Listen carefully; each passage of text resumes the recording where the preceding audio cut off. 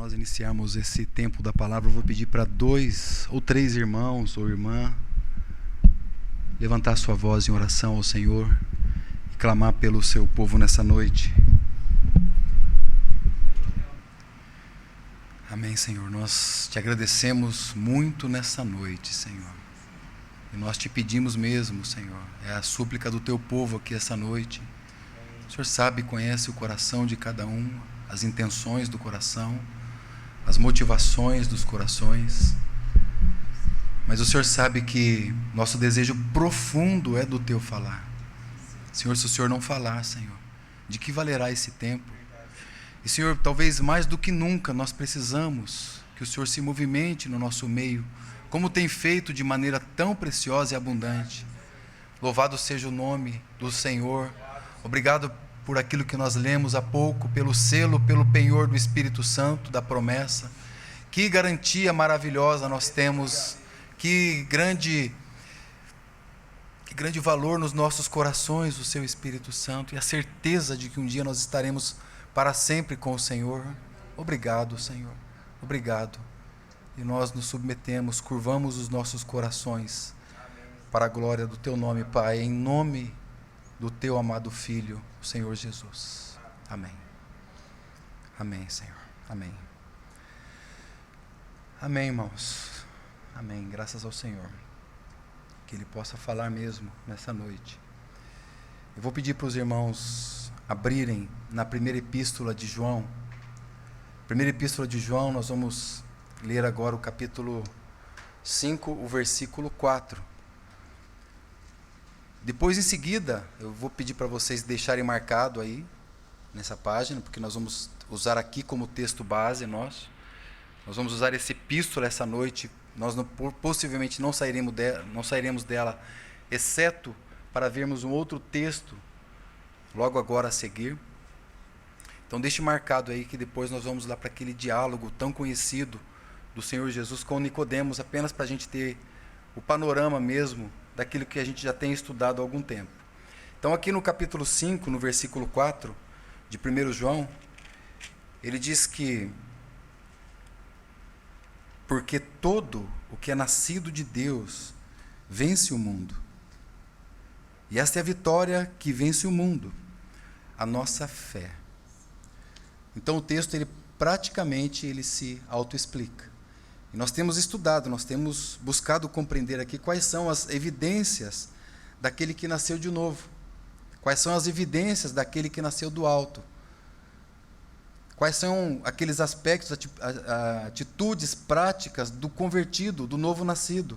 Nós temos buscado ver isso, e é muito impressionante como o apóstolo João, que escreveu o Evangelho de João, escreveu o Apocalipse também, como ele descortina isso para nós de uma maneira tão impressionante. Porque lá naquele diálogo com Nicodemos, que nós conhecemos tão bem, parece que o Espírito Santo falou assim: eu preciso avançar um pouco mais nesse tema. Porque ele disse, se alguém não nascer de novo, não pode ver e não pode entrar no reino de Deus. Amém. E nós confessamos isso. E isso para nós é motivo de muita alegria saber que nós podemos ser nascidos de Deus. Mas quais são as atitudes práticas de alguém que é nascido de Deus? Isso não pode ser subjetivo. E a palavra de Deus, então, ela nos apresenta aqui nessa epístola 7 evidências do novo nascido. E nós já estivemos juntos compartilhando. A primeira evidência, ela nos fala que aquele que é nascido de Deus, aquele que é nascido do alto, aquele que é nascido de novo, ele pratica a justiça. Essa foi a primeira evidência. A segunda é que ele não vive na prática do pecado. Nós avançamos um pouco mais. No outro compartilhar, nós vimos que aquele que é nascido de Deus, aquele que é nascido de novo, ama. Ele tem amor no seu coração. E o amor que está descrito ali na palavra, 1 João capítulo 4, verso 7, é o amor ágape. É o amor de Deus nos nossos corações. E é interessante que o desdobramento desse amor para com Deus, nós não somos teóricos. Eu amo a Deus. Porque Deus amou o mundo e provou o seu amor para conosco.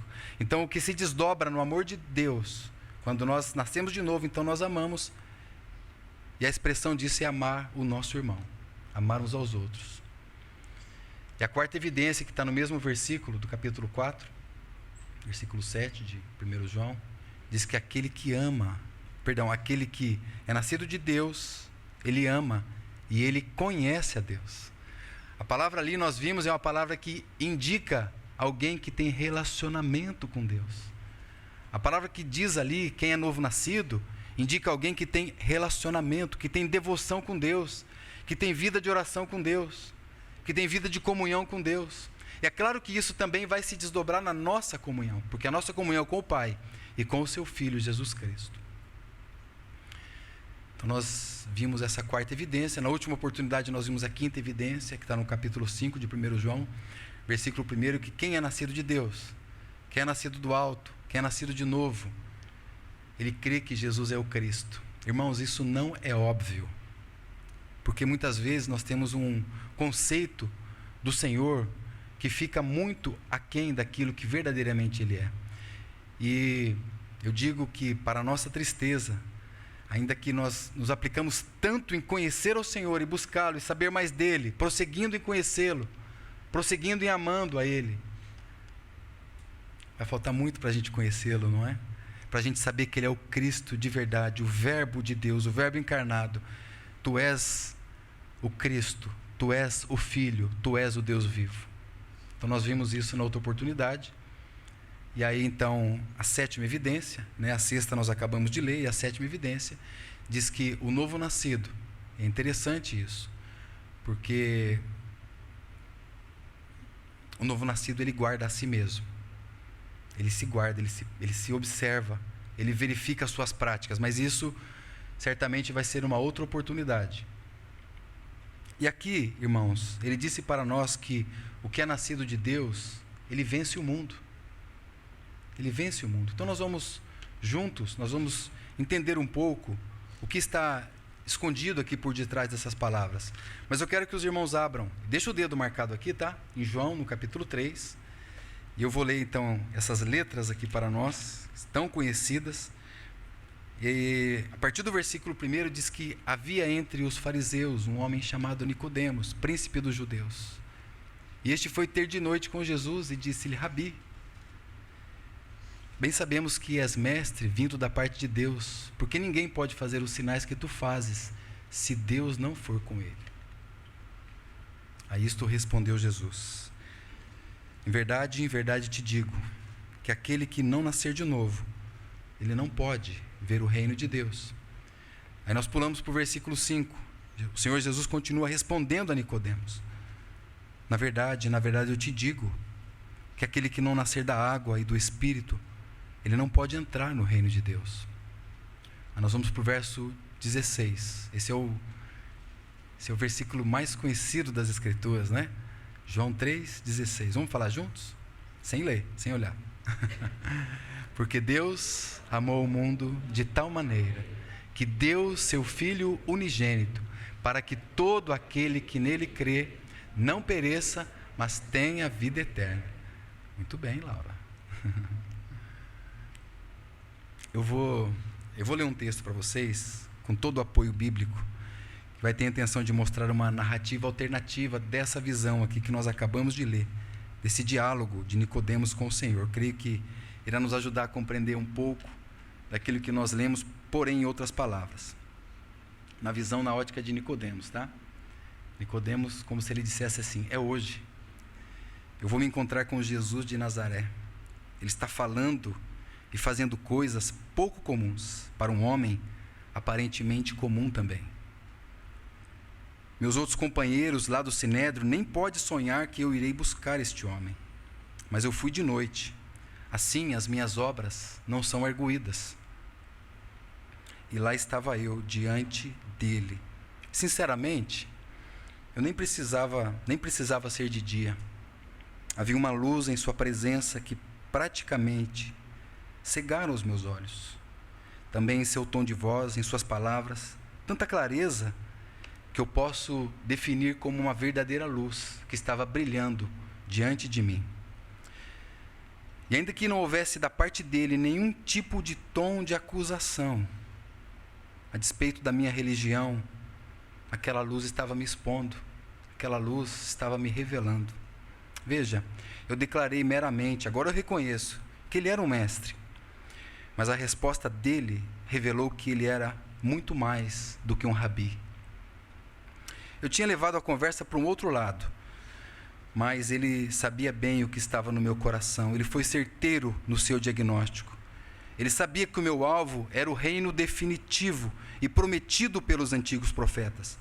E ele me disse que se eu não nascesse de novo, seria impossível eu ver e entrar no reino de Deus. Eu entrei em parafuso. Como seria isso? Eu perguntei. Que vergonha para mim. Que tipo de mestre poderia eu derrapar em um assunto, em um tema tão fundamental? Eu não sabia como eu poderia me servir e me deliciar de algo que não era comida e nem bebida, mas justiça, paz e alegria no Espírito Santo, o reino de Deus. Ele me fez uma pergunta, agora eu sei que foi retórica, mas foi uma martelada na minha cabeça. Tu és mestre Israel e não sabes isto? Eu até arrisquei um palpite. Eu tenho que voltar ao ventre da minha mãe e nascer uma outra vez? Que lástima. Eu devia ter ficado quieto. Um mestre como eu devia saber que às vezes o silêncio é mais sábio do que as palavras. Eu tinha que reconhecer dentre tantas profecias aquela que Isaías falava do Messias. Meu Deus, as profecias já estavam se cumprindo de forma tão clara e ela estava diante de mim. Sem contar aquela figura excêntrica lá no deserto, que estava dizendo aos homens para que se arrependessem, porque era chegado o reino. És tu, Jesus, que vai cortar a fita para inaugurar o reino de Deus? O que é nascido da carne é carne. Ele me disse isso. Quanta carnalidade da minha parte. Mas não foi só isso. Quanto mundanismo na minha religião. Eu estou entendendo que na verdade eu faço parte de um sistema que deseja os holofotes para si mesmo. Mas a verdadeira luz já brilha e alumia todo homem. És tu, Nazareno, o rei do reino de Deus. Tu és o Jesus Cristo, o Filho de Deus. Que Deus de amor tal, que lhe deu ao mundo, não para condenar o mundo, mas para que o mundo todo fosse salvo pelo Senhor. E para que todo aquele que em ti cresce tivesse a vida eterna. Agora eu entendo um pouco melhor diante de quem eu estava. Aleluia. Aleluia. E é isso, irmãos. Esse diálogo aqui, ele nos apresenta, creio que escondido nas palavras, nas letras, um pouco disso. Nós temos que reconhecer que o novo nascido, a nova criatura, ele vence o mundo. E a vitória que vence o mundo, vence o mundanismo da nossa carne, da nossa religião, é o Senhor Jesus. Veja mais um texto comigo, por favor. Volte uma página, capítulo 1 do livro de João, do Evangelho aqui mesmo. Veja comigo o versículo 10. Eu quero então, já ainda nesse período introdutório, mostrar alguma coisa para vocês, que esse versículo 10 aqui vai nos ajudar a compreender que a palavra cosmos, que é a palavra que se traduz para mundo, aqui no Novo Testamento, no grego, são 3 palavras que são traduzidas para mundo, mas a principal é a palavra cosmos. E nós vamos ver um pouco dessa palavra.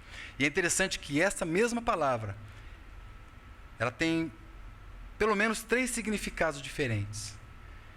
Ela é traduzida por mundo. E esse texto vai nos ajudar a ver que mesmo sendo traduzida por mundo, ela explica uma outra coisa. Veja aqui. Estava no mundo, se referindo ao Senhor Jesus. Ele estava no mundo. E o mundo foi feito por ele.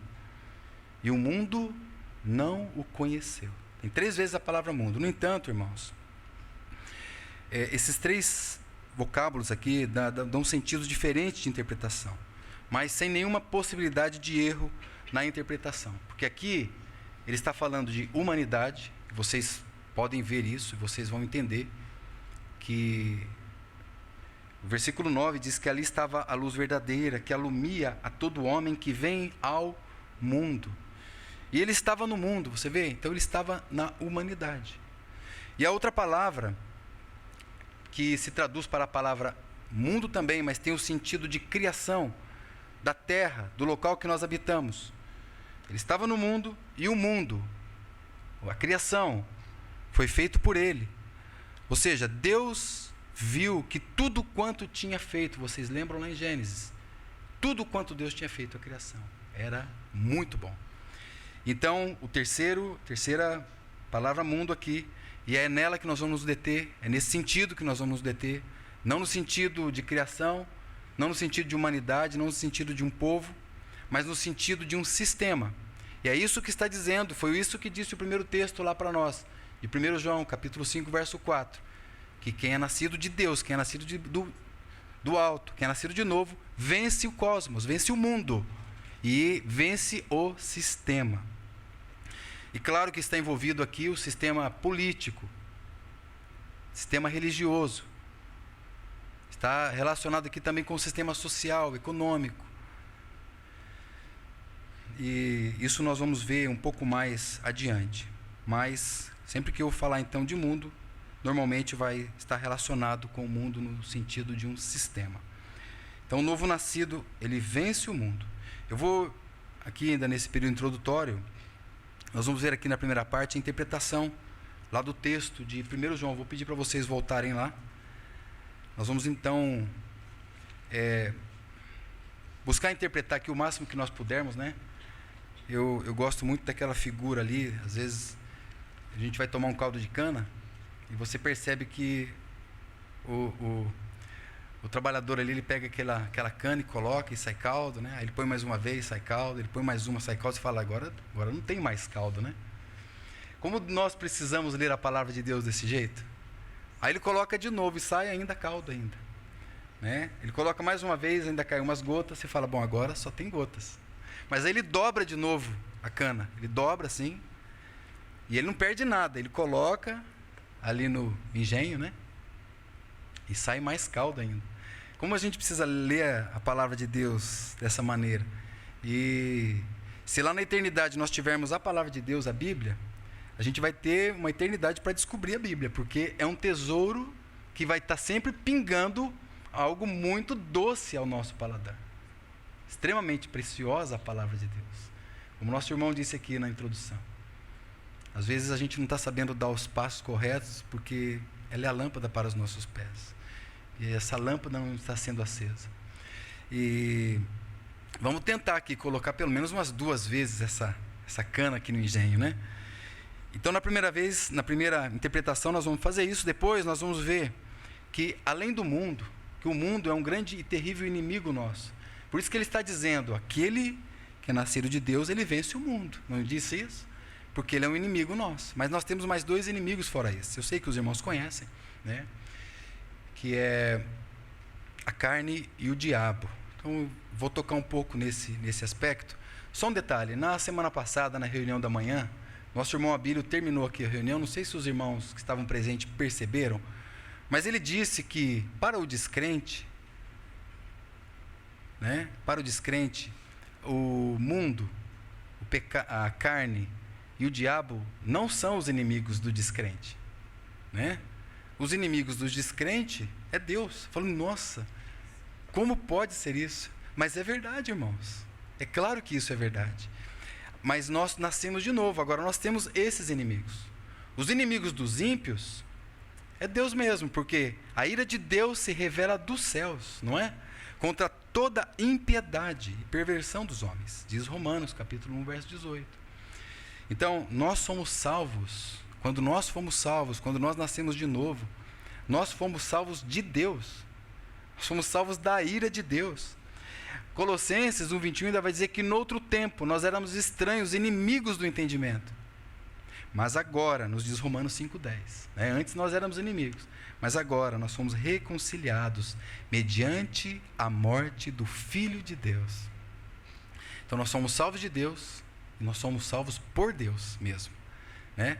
Agora tem um detalhe muito importante. Nós somos salvos também para Deus. É para Ele agora que nós somos salvos. E a nossa vida não pertence mais a nós. Então nós vamos encontrar agora na nossa caminhada esses inimigos, terríveis inimigos. E na última parte, então, eu vou colocar para os irmãos como vencer o mundo, né? E uma interpretação assim bem objetiva, o próprio versículo já diz como nós podemos vencer o mundo, Ele mesmo interpreta para nós. Mas, irmãos, coloque os seus olhos aqui. Versículo 4 do capítulo 5 diz que todo aquele que é nascido de Deus vence. Percebe? Não é venceu o mundo, né? E não é vencerá o mundo. A palavra aqui é uma palavra que ela denota mesmo um presente contínuo. E essa palavra ela quer dizer assim que eu tenho o sentido não de vencer, que eu venci, mas o sentido que eu conquistei as batalhas. Eu não venci a guerra ainda, mas eu conquistei as batalhas. Então é isso, o que é nascido de Deus, o que é nascido do alto, ele está conquistando batalhas. Porque os inimigos, eles estão vindo contra nós. Eles estão, muitas vezes, diante de nós. Então, é uma conquista. Essa expressão, ela não fala de uma vitória. A palavra vitória, na verdade, essa palavra que vence aqui é uma raiz. Quem que está de tênis Nike aí? Jovens. A palavra Nike, do grego, significa vitória. Mas a palavra aqui é uma palavra da raiz do Nike, é Nikal. Então é vence, não é vitória. Eu não venci, eu estou em processo. Eu preciso permanecer na minha fé até o último dia da minha vida. É uma vitória que se conquista. Diante do poder dos inimigos, diante do poder das tentações, diante do poder das perseguições, diante do poder das provações, eu preciso me manter firme diante dos meus inimigos. É uma conquista. E muito linda essa palavra, que ela ainda tem uma outra explicação, porque ela não é uma falsa vitória, é uma vitória verdadeira. Aquele que é nascido de novo, ele vence verdadeiramente, é legítimo, não anda em derrota, ele vence, é uma vitória inquestionável. Não é uma vitória só aparente, assim na aparência, mas é uma vitória real. É uma vitória genuína, é uma vitória verdadeira. Então esta é a vitória que vence o mundo. E vence esses inimigos. O mundo, o diabo e a carne. O reformador Martinho Lutero, ele já trazia exposição a respeito desses três inimigos. Ele já falava a respeito desses três inimigos: o mundo, a carne e o diabo. E a carne, meus irmãos, né, inclusive, o que vem no pacote da carne é o pecado e a morte que está sempre diante de nós.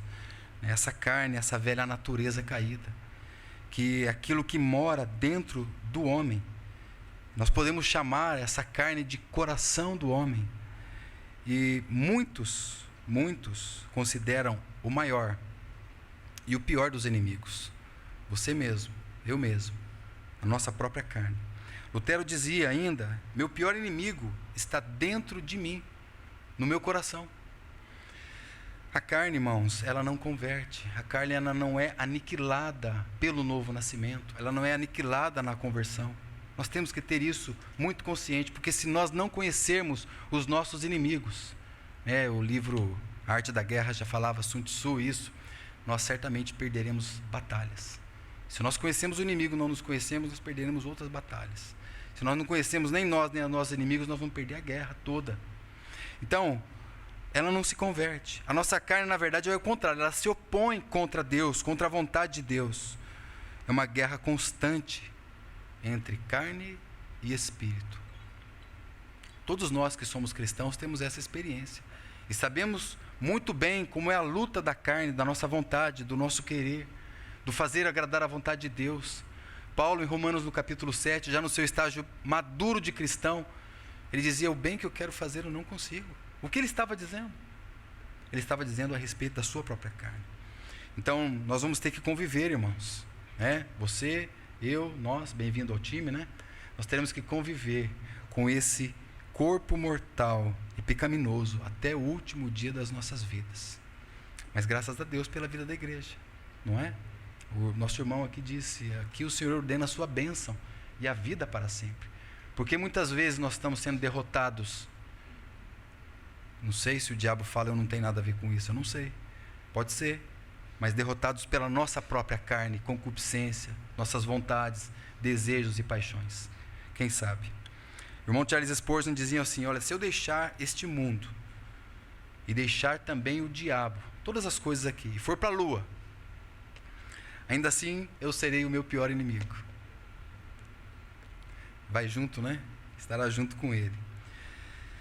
O John Owen dizia: o coração do homem é inconstante no que faz e falso naquilo que ele promete.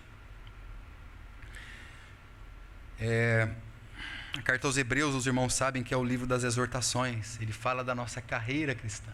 Então, quando você olha para lá, você vê que uma das palavras-chave ali é perseverança. Perseverança é uma das palavras-chave neste livro tão precioso, que fala de uma maneira tão contextualizada para nós, né? E vencer o mundo é uma conquista perseverante mesmo. É com perseverança que nós podemos vencer esse mundo. Não é de outra maneira. Os irmãos se lembram que em Romanos, no capítulo 12, né, um texto que nós usamos bastante, eu sei que vocês sabem de cor, ele diz: desembaraçando de todo o peso, não é? E do pecado que tenazmente nos assedia. Então, há necessidade de um desembaraço do peso e do pecado. O pecado ali, a palavra é amartia, né, que é errar o alvo. Ou seja, tudo aquilo que ofende a Deus. Nós temos que nos desembaraçar daquilo que ofende a Deus. Mas é interessante que o escritor aos Hebreus também colocou desembaraçando de todo o peso. E o peso não são coisas ilícitas. O peso são aquelas coisas que te impedem de correr a sua carreira adequadamente. O peso, é interessante que essa palavra ali em Hebreus 12 só aparece uma vez, uma única vez. E é bom quando a gente tem a palavra que aparece várias vezes, né, nas Escrituras, que aí você pega e consegue discernir um pouco mais e melhor o que o escritor está querendo dizer. Mas aqui está sendo muito objetivo, porque a tradução dessa palavra peso é uma carga. Então nós temos que desembaraçar não só do pecado, não só daquilo que ofende a Deus, é claro, mas também o novo nascido, ele se desembaraça daqueles estorvos, daquelas coisas que impedem ele de correr. E o que tem nos impedido de correr? Tudo aquilo que nos afasta da presença de Deus está nos impedindo de correr a carreira que nos foi proposta. E as obras da carne, só vou ler para os irmãos, né? Os irmãos conhecem, Gálatas diz que as obras da carne são conhecidas e são manifestas. Gálatas capítulo 5, verso 19. Mas ele termina no verso 21, dizendo que não herdarão o reino de Deus os que tais coisas praticam: prostituição, impureza, lascívia, idolatria, feitiçarias, inimizades, porfias, ciúmes, iras, discórdias, dissensões, facções, invejas, bebedices, glutonarias, coisas semelhantes a essas, das quais eu vos escrevo, como já vos preveni, que não herdarão o reino de Deus. Agora a pergunta, né, meus irmãos, como vencer a carne? Como vencer a carne? Certamente, nessa noite, juntos aqui, nós estamos fazendo isso, com toda certeza, como povo de Deus, nos reunindo, nos apartando de tantas outras coisas, nos alimentando da palavra de Deus, ouvindo as palavras de vida eterna do Senhor nos nossos corações. E Romanos 8 vai dizer que aqueles que estão na carne não podem agradar a Deus. Isso é fato. Então o apóstolo Paulo, em Romanos mesmo, ele diz que vai outra noite, vem chegando o dia. Vocês veem como o tempo está passando rápido? Né? Já vai chegando o dia, já vai alta noite. Ele diz assim: deixemos, pois, as obras das trevas e revistamo-nos das armas da luz. Romanos 13, 14 diz: mas revesti-vos do Senhor Jesus Cristo, e nada disponhais para a carne no tocante às suas concupiscências. Então, meus irmãos, como nós podemos vencer esse inimigo? Nada disponhais para a carne. E Gálatas vai nos dizer, né? O fruto do Espírito. Nós sabemos que o regenerado, ele recebeu esse penhor do Espírito, como nós ouvimos aqui. Ou seja, há uma garantia de Deus, que é o Espírito Santo, uma garantia do Senhor Jesus. Ele disse assim: olha, eu vou voltar, mas eu vou deixar uma garantia aqui, esse é o penhor, né? E a garantia que nós vamos chegar no nosso destino, como uma carta que você tem que selar, para que ela chegue devidamente no destino, é o selo do Espírito Santo. Então nós fomos selados pelo Espírito Santo. E o fruto do Espírito Santo é amor, alegria, paz, longanimidade, benignidade, bondade, fidelidade, mansidão, domínio próprio ou temperança. Contra essas coisas não há lei. E os que estão em Cristo Jesus crucificaram a sua carne com suas paixões e concupiscências. E aí ele diz, Gálatas 5:25, se vivemos no Espírito, andemos também no Espírito. Então, como nós podemos vencer a carne? Esse terrível inimigo. Não resista ao Espírito Santo. Não resistais ao Espírito Santo. Não entristeçais o Espírito Santo. Não apagueis o Espírito Santo. E o outro inimigo também, irmãos, terrível inimigo, Pedro vai dizer que ele é o nosso adversário, que anda em derredor, bramando como leão, rugindo como leão, buscando alguém para devorar. Os ensinos de João diz que o diabo é o governante do mundo, é o príncipe deste mundo. Nos ensinos do apóstolo João diz que ele é o pai da mentira, que ele é o homicida desde o princípio, não é? Os pecadores procedem dele, nele não há justiça nenhuma. Vocês estão em 1 João 5, vire aí a página, vai no versículo 19. 1 João capítulo 5, verso 19. Sabemos que somos de Deus.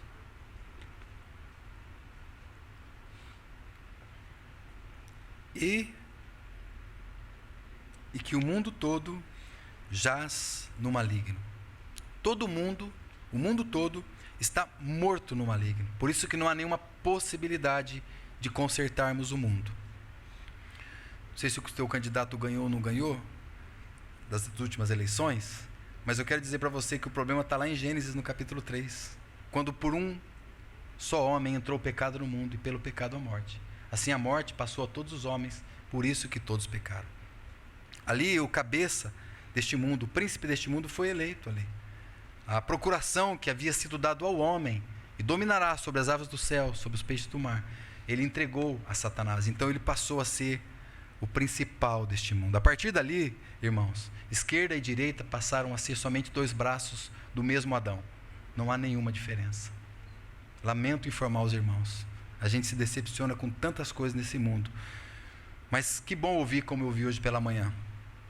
Meu irmão dizendo, eu perdi tanto tempo o ano passado, final do ano, eu passei o pior Natal e Réveillon da minha vida. E agora eu não sei o que eu faço. Lembra-se de onde caíste, né? Você lembra de onde você caiu? Lembra de onde você caiu. Arrepende-te e volta lá no teu primeiro amor. A palavra de Deus ali pode ser traduzida daquela expressão, daquela carta aos Efésios, Apocalipse, da carta Apocalipse, né? Carta a Éfeso, no capítulo 2. Arrepende-te, lembra de onde caíste e volte ao teu melhor amor. Não há outro amor. É o Senhor, o qual tem preparado para nós um reino eterno. E aquele que nasceu de novo, irmãos, não só pode ver o reino de Deus, mas aquele que nascer da água, aquele que nascer da palavra de Deus, aquele que nascer do Espírito de Deus, entra no reino de Deus. E é isso. Entrar pela água não é o batismo. Entrar pela água é como diz Efésios no capítulo 6, nós somos lavados pela regeneração da palavra. A palavra de Deus é essa água que nos limpa, que nos purifica. Então, quando nós somos lavados pela palavra, quando nós somos cheios do Espírito Santo, nós podemos vencer. E nós tiramos os pés de tudo aquilo que pertence ao mundo, seja política, seja religião, seja o sistema social, econômico, seja toda sorte de entretenimento desse mundo, que quer roubar o seu tempo, que quer roubar a sua atenção. Então, quando nós temos essa visão de que nós nascemos do alto, que nós nascemos de Deus, irmãos, nós entramos e saímos do mundo e entramos nessa outra esfera, que é o reino de Deus. Então, nós descobrimos que todo o mundo jaz no maligno. Satanás, ele nutre um ódio terrível contra você. Não sei se alguém não gosta de você, mas eu quero dizer que ninguém mais odeia você do que o próprio Satanás. Desde quando você foi ungido por Deus, pelo Espírito Santo. Essa palavra, a unção do Espírito, algumas vezes aparece aqui preciosa epístola, a unção que dele recebeste e que permanece em você. E isso faz o ódio de Satanás se aprofundar contra a sua vida. Ele é ardiloso, irmãos, ele é sujo. Ele te ajuda, sabia? A pecar. Ele só não te ajuda a esconder o pecado. Ele só não te ajuda a ocultar aquilo, porque ele é o acusador. Ele é o acusador dos irmãos. Ele é invisível, né? E isso muitas vezes nos faz pensar que ele está tão longe. Né? No livro que eu citei, A Arte da Guerra, ele fala que uma das estratégias dos inimigos é sempre te fazer pensar que o inimigo está longe quando ele está perto. Ou então ele quer fazer você pensar que ele está perto, quando na verdade ele está longe. Te cria muitas ansiedades no teu coração. Então ele é sujo, ele é astuto. E tem muitos que ainda ignoram a sua existência. Agora, irmãos, não é de pouco poder o diabo, esse inimigo que nós temos. Inimigo das nossas almas. Inimigo do Senhor. E por saber disso, que a vida cristã é um combate da fé, eu não sei se no nosso último compartilhar nós veremos Efésios capítulo 6, que vai falar ali da armadura do cristão. Vamos ver. Mas Paulo, quando ele escreve ali Efésios no capítulo 6, a preocupação dele, na verdade, é exortar os cristãos que a nossa vida é sempre uma batalha. Não termina nunca essa batalha. É sempre o combate da fé. Por isso que ele diz, revesti-vos, capítulo 6, verso 11 de Efésios, de toda a armadura de Deus, para que você possa resistir firme contra todas as ciladas do diabo. Aí ele diz que a nossa luta, por quê ele nos diz isso? Por quê? Porque a nossa luta não é contra carne e sangue, mas sim contra os principados, contra as potestades, contra os dominadores desse mundo tenebroso, nas regiões celestiais, não é? Lembra? Ele está dizendo que as nossas lutas são nas regiões celestiais, capítulo 6. E no capítulo 2, diz que nós estamos assentados com Cristo, onde? Nas regiões celestiais. E onde que acontecem as nossas lutas, as nossas batalhas? Nas regiões celestiais. Como nós podemos vencer as batalhas, irmãos? Então, que terrível é esse inimigo que anda ao derredor, buscando quem possa tragar. Mas como vencer? Como vencer o diabo? Você está aí em 1 João, vá no capítulo 3, versículo 8. E ele diz assim para nós: aquele que pratica o pecado procede do diabo. Ele é duro, né, nessa palavra, né? Palavra pesada, né, de João. Hoje ele não poderia falar isso. Hoje a gente vive num mundo que você não pode falar muita verdade, porque senão você pode ter muito problema. Né? Desde que entrou no mundo aqueles movimentos, iluminismo, desde que entrou no mundo o romantismo. O romantismo é aquilo que você sente. Eu estou sentindo que eu devo ir na reunião hoje à noite. Eu estou sentindo que eu devo fazer aquela compra amanhã. Estou sentindo. Você vê que hoje as pessoas vivem pelos seus sentimentos? Isso é maligno, irmãos. Mas não é a paz de Deus que deve ser o árbitro dos nossos corações? Cuidado, irmãos, para não confundirmos a paz no coração, porque a paz no coração nunca vai contradizer a palavra de Deus. A paz do coração nunca vai contradizer princípios da palavra de Deus. Ela sempre vai ao encontro da palavra de Deus. A paz no teu coração, o Senhor Jesus, ele jamais, todas as palavras do Senhor Jesus sempre testificaram as Escrituras. Sempre. Tudo o que ele falou testificava a palavra de Deus. Então ele diz aqui, para isso, como vencer o diabo, né? Olha que maravilhoso. Para isto se manifestou o Filho de Deus, para destruir as obras do diabo. Amém? E nós estamos em Cristo. Louvado seja o nome do Senhor. Veja mais capítulo 4, verso 4. Filhinhos, filhinhos, vós sois de Deus e tendes vencido os falsos profetas. Deixa eu dizer uma coisa para vocês. O primeiro falso profeta do mundo, na Bíblia, na existência, foi Satanás. O título de pai da mentira ele ganhou lá em Gênesis 3. Foi lá que ele ganhou. Lá ele mentiu. Lá ele distorceu a palavra de Deus. Então hoje, o que muitos têm feito, e tirando Cristo das pregações, os falsos profetas, nada mais é do que uma obra maligna. Então ele está dizendo, filhinho, se você é um nascido de novo, convertido, tão pequeno, saiba, cuidado. virão falsos profetas. Eles virão com doutrinas enganadoras. E vocês têm vencido os falsos profetas, né? Graças a Deus. Porque maior é aquele que está em vós do que aquele que está no mundo. Aquele livro do Atmani, Como Não Ameis o Mundo, ele diz assim, com respeito a resistir ao diabo. A igreja, presta atenção nisso, irmãos.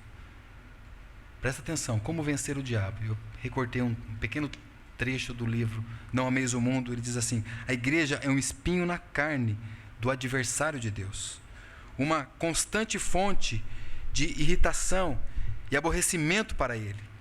Nós causamos a Satanás uma montanha de problemas, simplesmente por estarmos no mundo.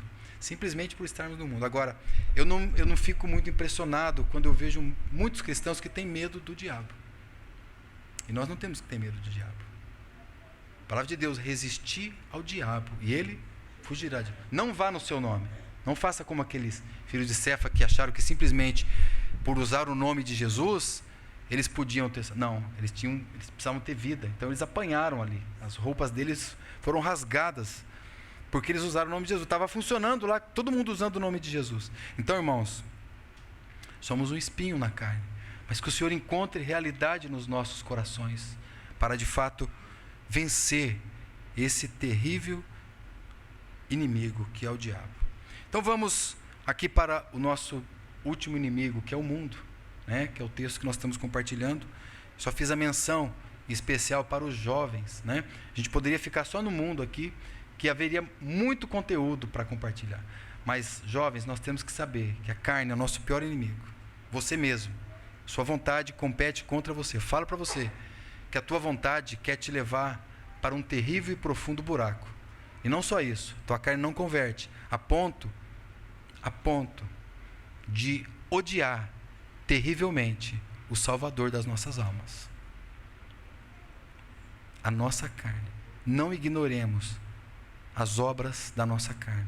Irmãos, até as nossas orações, falo para vocês isso com tristeza, conhecendo o meu próprio coração, até as nossas orações estão maculadas, muitas vezes, com a marca do pecado. Eu quero que vocês entendam o tamanho da graça de Deus para conosco. Os nossos relacionamentos estão marcados, manchados, maculados pelo pecado. A nossa carne, não ignoreis. E o diabo, esse inimigo que ajuda você a pecar, jovem, te ajuda a pecar, não vai te ajudar a esconder o pecado. Ele vai expor isso, que o Senhor tenha misericórdia das nossas vidas, da minha vida, porque ele é esse terrível, ardiloso, sujo, mentiroso. E esse último inimigo, como eu disse para os irmãos, mundo, a palavra cosmos, que são pelo menos 5 vocábulos, 5 definições que nós lemos de mundo, mas que se referem a questões diferentes. Mas basicamente, quando eu falo de criação, quando eu falo de humanidade, quando eu falo de sistema, eu estou traduzindo essa palavra cosmos, que é uma organização, aparente organização. É uma ordem, né? Uma aparente ordem, um arranjo. É um adorno, né? Por isso que é cosmos. Dessa palavra cosmos, você deriva outras palavras. Cosmopolita, cosmético também vem dessa palavra, ou seja, algo que esconde aquilo que de fato está por detrás, né? É um ornamento mesmo. Parece que essa frase última que eu disse deu alguma reação. Não? Que é um ornamento, irmãos, que nos leva, nos atrai a acreditar que o mundo é bom, que o mundo pode ser melhor, que o mundo pode melhorar, que basta nós amarmos, aceitarmos as diferenças, que basta nós acreditarmos que o que vale é o amor. É isso que... Não acredite nessas mentiras. O amor de Deus jamais exclui a justiça de Deus. Não há uma oposição. É como as duas faces da mesma moeda. Amor e justiça. Só que há uma mentira pregada, não é pelo nosso presidente, pelo presidente de outro país. Não, é pelo príncipe deste mundo, que está acima do topo dessa pirâmide. Irmãos, questões sociais. dos entretenimentos, esportes, arte, cultura. Tudo isso está marcado. A minha profissão, irmãos, né? Paulo, Patrick, Antoniel, está aí, né? Nós trabalhamos no escritório de contabilidade. Vocês veem a luta, quem é advogado, quem trabalha em uma empresa, qualquer tipo de negócio, se você é um bancário, qualquer tipo de coisa, vendedor, tudo isso está manchado e maculado com o pecado.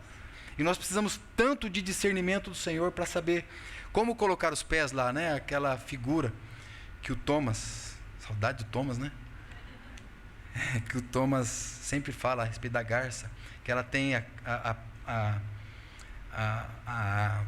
condição de colocar os pés na lama, mas sem sujar as suas penas. E é isso, tudo nosso, tudo que nós temos, né? Daqui a pouco você vai sair por aquela porta, né? E você vai falar, nossa, estava lá os 3 discípulos em Mateus no capítulo 17, eles viram lá a glória do Senhor Jesus, viram lá o Senhor Jesus, viram lá Moisés, viram lá Elias, Pedro, vamos fazer 3 tendas aqui. Então, se a gente ficasse aqui, né? Claro, daqui a pouco poderia começar a dar problema. Mas aí chegava o irmão mais velho, trazia uma palavra, irmãos, não é assim, né? Mas daqui a pouco nós temos que colocar os pés lá no mundo. E o Senhor precisa nos ensinar como não nos mancharmos e macularmos com tudo isso. O Senhor vai falar com você. Na tua consciência, no teu coração, pela palavra. Ele vai te ajudar. Ele vai te ajudar a você saber até quando tudo isso. Falávamos isso ontem. Eu, cada vez mais, irmãos, não tenho nenhuma dúvida a respeito disso. O que vai imperar no final dos tempos, além do pecado, é a iniquidade. Então, claro que vai ser como nos dias de Sodoma, como nos dias de Gomorra. Não quero me estender muito. Mas a iniquidade, porque é o filho do iníquo que vai se manifestar. E a iniquidade é algo tão terrível quanto o pecado. Porque o pecado é a transgressão da lei, que é terrível. Pecado é você olhar para o que Deus está falando e dizer assim, eu não vou fazer. Né? A diferença de pecado e iniquidade, pecado, imagina o sinal vermelho. Né? Imagina aqui o código de trânsito. Então, pecado é você olhar o sinal vermelho, olhar o código de trânsito e você falar, transgredir a lei. E passa no sinal vermelho. Isso é pecado. E o que é iniquidade? É quando você pega o código de trânsito e joga no lixo. Isso é iniquidade. É quando nós tiramos a lei de cena. E é isso que vai acontecer nos últimos dias. Então, o sistema, ele nada mais deseja tirar de nós o nosso tempo. O tempo. O seu tempo. Hoje pela manhã, falando com esse irmão que eu comentei com você, ele falou, e agora? Como eu vou recuperar o meu tempo? Entende, irmãos? Você pode ficar brincando aí com as coisas do mundo. Eu posso, nós podemos. E podemos citar aqui muitas coisas. Podemos estar, hoje não é difícil falar. Hoje televisão já ficou coisa do passado, né, irmãos? A religião antigamente se preocupava se você tinha televisão, né? Alguns colocavam dentro do armário, quando o ancião chegava, fechava para não ver. Algumas religiões eram assim. Hoje, que televisão? Funciona a televisão? Nem sei, faz tempo que eu não ligo. Mas as redes sociais, eu falo para você que Apocalipse 13, né, fala da marca na mão direita e na marca na testa, né? A gente fica debatendo, né? Vai pôr um chip na minha mão? Não vai pôr chip não, né? O chip é a vacina, irmãos. Ali fala dos nossos afetos, do que nós amamos, aquilo que está roubando o nosso tempo, aquilo que está. Por que é uma marca na testa? Porque a sua mente está sendo roubada para as coisas desse mundo. E como disse hoje pela manhã o irmão, eu não recupero mais esse tempo. Você não recuperará mais o tempo. Aliás, se tem uma coisa que todos nós... Eu posso até ter menos dinheiro do que você, mas o tempo eu tenho igualzinho você. É o tempo. O tempo nós temos igual. Então, algumas coisas vai te ajudar a aumentar a tua ociosidade. Porque isso aqui, essas tecnologias, você percebeu como ela nos esgota tanto? Como ela a gente fica que nem aquele bagaço lá do caldo de cana. Fica assim moído. Você fica um tempo, parece que ele te esgotou. E é isso, porque lá também tem uma profecia de Daniel, capítulo 7, verso 25. Que no final, seriam magoados os santos do Altíssimo. Ele não brinca de ser diabo. Muitas vezes nós brincamos de ser cristão. mas ele vai magoar os santos do Altíssimo. E o príncipe deste mundo está colocando toda sorte de entretenimentos para que a gente possa se divertir. Lá em casa a gente costuma dizer, vai um pouquinho mais do que o mundo. Não precisa se matar tanto de estudar, porque o mundo todo jaz no maligno e o mundo está se perdendo com tudo isso. Então, tudo bem, né? Mas se dedique um pouco mais. Vá, se aprofunde nas Escrituras. O que ela diz a respeito de nós? O que ela diz a respeito de Deus? Não perca o seu tempo. Será impossível recuperar o seu tempo. E Ele quer te tirar o foco também. Então, esses são alguns dos objetivos, irmãos. Mexer com as suas emoções, roubar o seu tempo, te manter infeliz. Esse mundo de iniquidade, conflitos, confusões. É Babel mesmo, é uma Babilônia mesmo. Grandes conflitos. Tiago vai falar que vocês são infiéis. Infiéis. Aqueles que são amigos do mundo. Ele diz a amizade do mundo. Ele fala infiéis.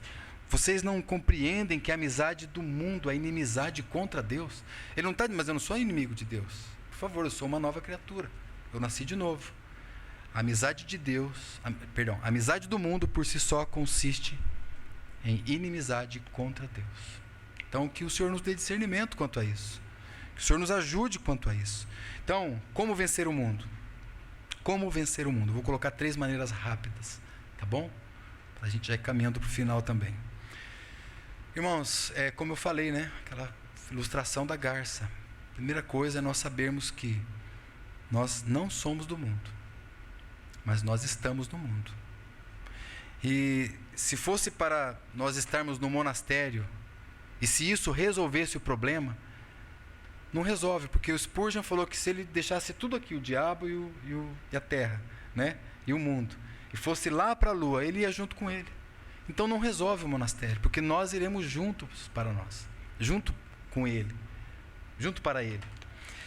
Então, o nosso desafio, aí eu fiz aqui uma parábola, navegar no mar do mundo, sem que as águas entrem na embarcação. Né? Em outras palavras, como dizia aquela alegoria, né?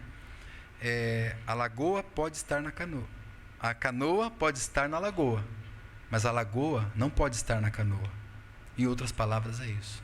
Nós estamos no mundo. E o Senhor Jesus, Ele não orou para que nós fôssemos tirados do mundo. Na verdade, o contrário. Ele disse, eu não oro para que eles sejam tirados do mundo. Eu oro para que eles sejam livres do maligno, né? Do mal. Sejam livres do maligno. Essa oração, nosso irmão hoje pela manhã compartilhou. Reverbera lá no trono da misericórdia de Deus até agora. Reverbera lá. E fala alto essas palavras do nosso Senhor, como vimos hoje pela manhã, o nosso intercessor, o nosso sumo sacerdote. Então o desafio é usar o mundo sem ser influenciado por ele, sem ser corrompido pelo mundo. 1 Coríntios 7,31 diz que os que se utilizam do mundo, como se dele não usassem, porque a aparência desse mundo vai passar. A aparência deste mundo passa. Por isso que o Romanos diz, não vos conformeis com este, mas transformai-vos pela renovação do vosso entendimento, para que você possa compreender qual é a boa, agradável e perfeita vontade de Deus, não é? Irmãos, nós somos luzeiros nesse mundo tenebroso. Então, a primeira maneira como nós podemos vencer o mundo, alguém pode dizer aí? 1 João capítulo 5, verso 4, como, tioza? Amém. O texto diz, a vossa fé. Agora, a batalha, né? Nós sabemos que tipo de fé que é essa. Porque há uma fé, hoje, isso é muito recorrente aí no mundo, uma fé positivista, uma fé otimista, vai dar certo. É uma fé misturada. Tenha fé, né? Camisetas, #fé. Não é essa fé. Não é uma fé que exclui o sofrimento. Não exclui. Não é uma fé que inclui o pecado, inclui a iniquidade. Não inclui. Mas essa não é uma fé mundana, é uma fé de Deus. Vou mostrar para vocês ainda, veja o próximo versículo, né? Porque o próprio versículo aí, ele se autoexplica, né? A vitória que vence o mundo é a nossa fé. Mas veja o próximo versículo. Capítulo 5, versículo 5 de 1 João. Quem é que vence o mundo? Senão aquele que crê que Jesus é o Filho de Deus. Veja, não é uma fé na fé. É uma fé no Filho de Deus. É uma fé nele. É uma fé numa pessoa. E isso está diretamente relacionado com a quinta evidência. Se você ler o versículo 1 do capítulo 5, diz que todo aquele que crê que Jesus é o Cristo. Então, todos os textos aí estão conversando. Todas essas evidências, essas 7 evidências, elas estão entrelaçadas entre si. Maravilhosa a maneira como o Espírito Santo colocou de uma forma tão didática. Então, vencer o mundo, em outras palavras, é estarem ligado a Jesus pela fé. Permanecer em mim, e eu permanecerei em vós. É crer no Filho de Deus como o Filho encarnado de Deus.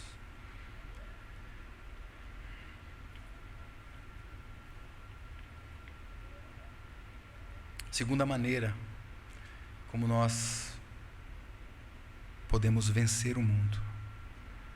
1 João capítulo 2, aí mesmo, né? Todos os textos aqui de resposta estarão aqui. Versículo 15. 1 João capítulo 2, verso 15, diz assim: não ameis o mundo. Aí, né? Já está dizendo para nós. Nem o que há no mundo. Se alguém ama o mundo, o amor do Pai não está nele. Ah, mas eu não amo o mundo. Se a ordem está aí, é porque há a possibilidade de você errar. Não ameis o mundo. Há a possibilidade de eu amar o mundo. E aí ainda há a possibilidade de eu ser amado pelo mundo. E o problema está justamente aí. Quando você começar a ser amado, elogiado, curtido, admirado pelo mundo, pelas coisas naturais. O amor ao mundo, irmãos, é um amor que jamais poderá ser correspondido. Isso é impossível, será impossível de acontecer. Porque o mundo, ele deve ser vencido e nunca amado, nunca admirado, nunca apreciado, porque é um príncipe deste mundo. O mundo todo jaz no maligno.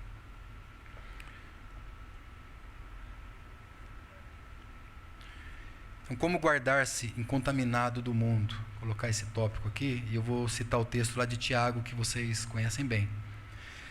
Tiago 1,27 diz que a religião pura e sem mácula para com o nosso Deus e Pai é visitar os órfãos e as viúvas nas suas tribulações, e a si mesmo guardar-se incontaminado do mundo. Como eu consigo me guardar incontaminado do mundo? Me ocupando com aquilo que Deus se ocupa. Me ocupando com as coisas de Deus. Me aproximando mais dele. E pela palavra de Deus. Pela palavra de Deus. E aqui eu prometo estar encerrando. Mas veja comigo esse texto, capítulo 2, verso 16. E eu vou citar aqui outros textos, eu sei que você na sua mente vai conseguir configurar bem. Porque tudo o que há no mundo, estão vendo? Como eu posso vencer o mundo, irmãos? Ele está dizendo aqui que tudo o que há no mundo, a concupiscência da carne, a concupiscência dos olhos, tudo aquilo que você vê, tudo aquilo que você coloca os seus olhos, tudo aquilo que seus olhos estão sendo desviados, sua alma está sendo enredada. Concupiscência da carne, dos olhos e a soberba da vida não é do Pai, mas é do mundo. Então, irmãos, desde o Éden, essas 3 tentações aqui, elas se tornaram um padrão por toda a geração. Quando a mulher olha para a árvore, diz que a árvore era boa para se comer, você pode colocar esses textos um do lado do outro. A árvore era boa para se comer e a árvore agradável aos olhos. A árvore desejável para dar entendimento. Então, concupiscência da carne, concupiscência dos olhos, a soberba da vida. Mais um texto que você pode fazer um quadro aqui e você conversar com ele. E esse terceiro texto, para nós, ele é revelador.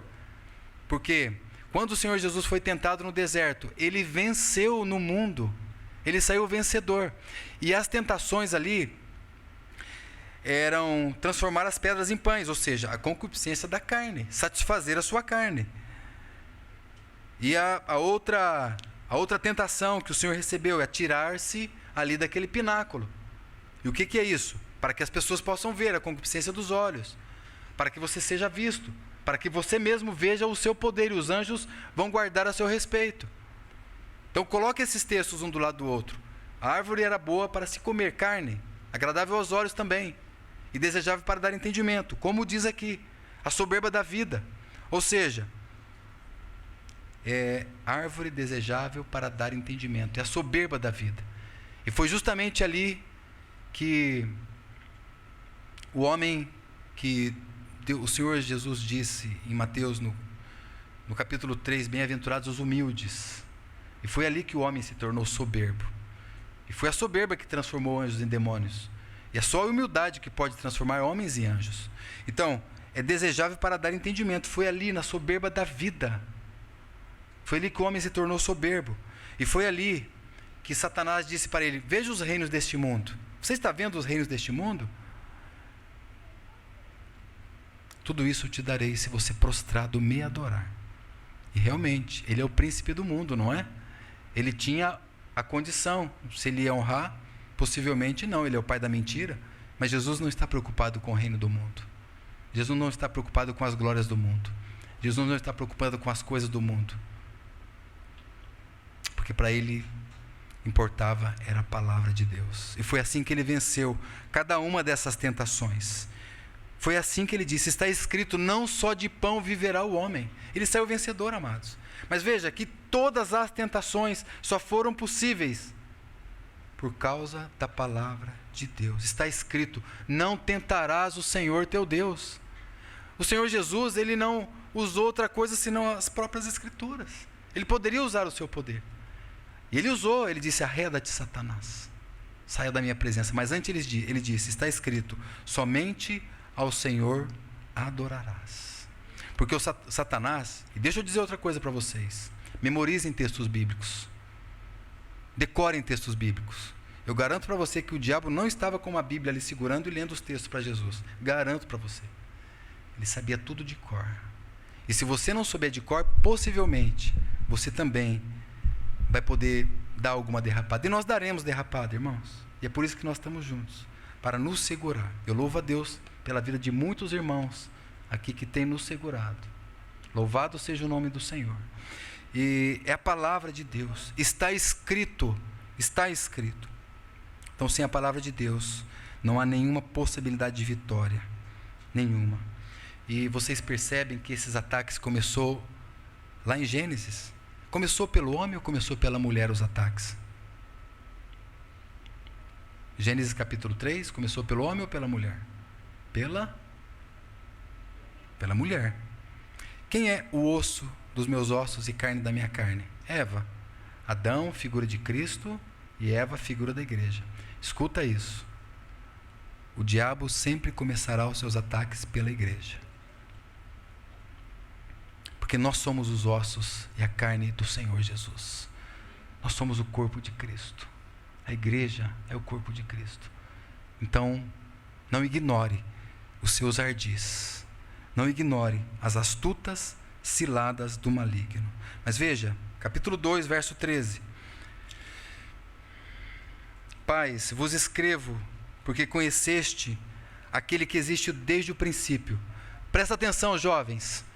Eu vos escrevo, porque tendes vencido o maligno. Verso 14. Filhinhos, eu vos escrevi, porque conheceis o Pai. Pais, eu vos escrevi, porque conheceis aquele que existe desde o princípio. Presta atenção, jovens. Eu vos escrevi, porque sois fortes, e a palavra de Deus permanece em você, e tendes vencido o maligno. Aleluia. Quando o Senhor Jesus está terminando o sermão da montanha, Mateus capítulo 7, verso 24, ele diz: porque todo aquele que ouve as minhas palavras, ouve e pratica, não é só ouvir e praticar, eu vou assemelhar ele a um homem que edificou a sua casa sobre uma rocha. Veja isso, irmãos. Irmãos, esse texto, essa palavra que o Senhor Jesus disse, ela é maravilhosa. Porque segundo o que o Senhor está dizendo, praga nenhuma sobrevirá sobre a tenda daquele que tem a palavra de Deus como a sua prioridade. Praga nenhuma. Poderão vir chuvas, poderão vir ventos contrários, os rios poderão subir, poderão, irmãos. Mas aquele que edificou a sua casa sobre areia, essa casa vai desabar. Interessante que aquela palavra que ele usa no último capítulo, na última palavra do capítulo 7 de Mateus, a palavra ali, para aquela casa desabou, virou uma ruína aquela casa. Aquela palavra é usada para um cadáver que está em estado de putrefação. Você vê quão sério é não ouvir a palavra de Deus? Mas aquele que edificou a sua casa sobre a rocha. Eu sei que a minha casa, a sua casa, nossa casa, pode ter problemas, pode ter situações. Os ventos poderão bater na nossa casa, mas ela vai estar sobre uma base sólida, e praga nenhuma sobrevirá sobre a tua tenda. Eu vou, dar uma indicação, vou falar para as irmãs aqui, irmãos também, se quiserem. O Thomas fez isso aí esses dias. Leia Efésios. Gente, um tal de gente está lendo o livro de Efésios, eu vou copiar dele, né? Vou usar a estratégia. Imprima versículos bíblicos, porque a gente vai até para o banheiro hoje e esse negócio vai junto com a gente, né? Imprima os versículos bíblicos, troca toda semana, irmãs. Vamos ver se vocês conseguem fazer isso. Imprima os versículos bíblicos e coloca no banheiro, bem assim na frente. Não tem problema, vai ficar feio, não esquenta a cabeça, irmão. Essa casa aí, depois ela vai ficar aí tudo pro anticristo, não esquenta a cabeça, fica tranquilo. Só as palavras que são eternas, né? Céus e terra passarão, mas as minhas palavras não vão passar. Então imprima lá onde teu filho vai, viu, mães? Quero ver se vocês... O Thomas pediu para ler Efésios, olha, até na academia. Não, eu estou ouvindo Efésios na academia. Estou colocando aqui o meu foninho, né? Então, as irmãs, os irmãos que puderem fazer isso, vai ser de muito fruto. Um versículo de Salmos, e deixa lá o teu filho, deixa lá você também, e leia aquele texto. Vamos colocando essa palavra maravilhosa, porque assim nós poderemos vencer o mundo, irmãos. Isso poderá vencer esse mundo tenebroso. Outra coisa, amados, tenho dito isso para alguns irmãos, reuniões durante a semana. É cansativo, irmãos, não é fácil, mas procurem grupos para estar se reunindo. Se você ainda não está fazendo isso, sei que muitos irmãos aqui já fazem isso, louvado seja Deus, mas, irmãos, essas coisas vão salvar os nossos filhos. Nós não somos chamados para ir na igreja, nós somos chamados para ser a igreja. Somos chamados para ter vida uns com os outros. Deus não nos chamou para um sistema religioso como Nicodemos, que estava decepcionado com ele mesmo quando ele viu o mundanismo dentro dele. Mas o Senhor nos chama para sermos a igreja. Busque um grupo. Outra coisa que vai salvar os nossos jovens nesses últimos dias, porque falo para vocês que muitos adultos já estão se perdendo no meio do povo de Deus. Agora, o que poderá salvar os nossos filhos dentre essas coisas? Cultos domésticos. Irmãos, semeiem isso. Eu sei que é fácil, que não é fácil. Eu sei que é difícil. E eu falo para você que pode ser que o teu pai, a tua mãe estejam desviados da fé. Você vai ter o encargo de orar por eles. Você vai ter o encargo de levar a palavra de Deus para eles.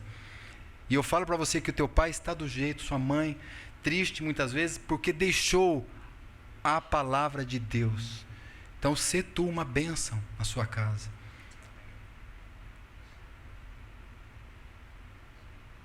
Deixa eu ler o último texto com vocês. 1 João 4,17. Eu quero que você seja confortado com esse versículo. Peço ao Senhor que te conforte com esse texto. Ele diz assim: nisto é perfeito o amor para conosco, para que no dia do juízo tenhamos confiança, porque qual Ele é, nós também somos neste mundo. Amém? Como Jesus é, como é o Pai no Senhor aqui, nós também somos aqui neste mundo, assim como Ele é. Amém, meus irmãos. O Senhor Jesus disse uma palavra tão maravilhosa.